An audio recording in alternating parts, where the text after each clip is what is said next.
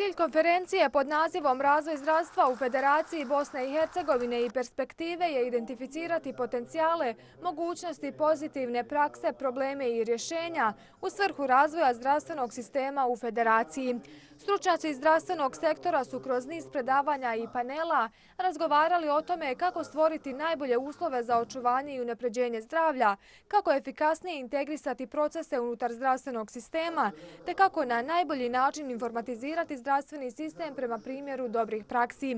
Direktor Sveučilišne kliničke bolnice Mostar Ante Kvesić kazao je da postoji čitavi niz problema u zdravstvu, a ključni problem predstavlja nedostatak novca.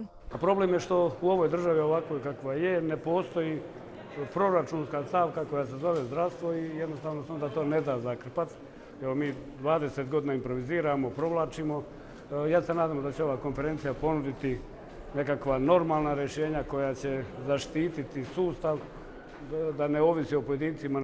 Ispred udruženja Vedri Osmije Danijela Kegelj je kazala kako djeca sa poteškoćama u razvoju nemaju adekvatnu zdravstvenu zaštitu na području grada Mostara. Istakla je kako se nada da će u budućnosti takva djeca, baš kao i svi ostali, imati pravo na redovnu zdravstvenu zaštitu. Često se događa da zbog specifičnosti njihovih potreba koje su najčešće višestruke, usluga za njih postaje ekskluzivna.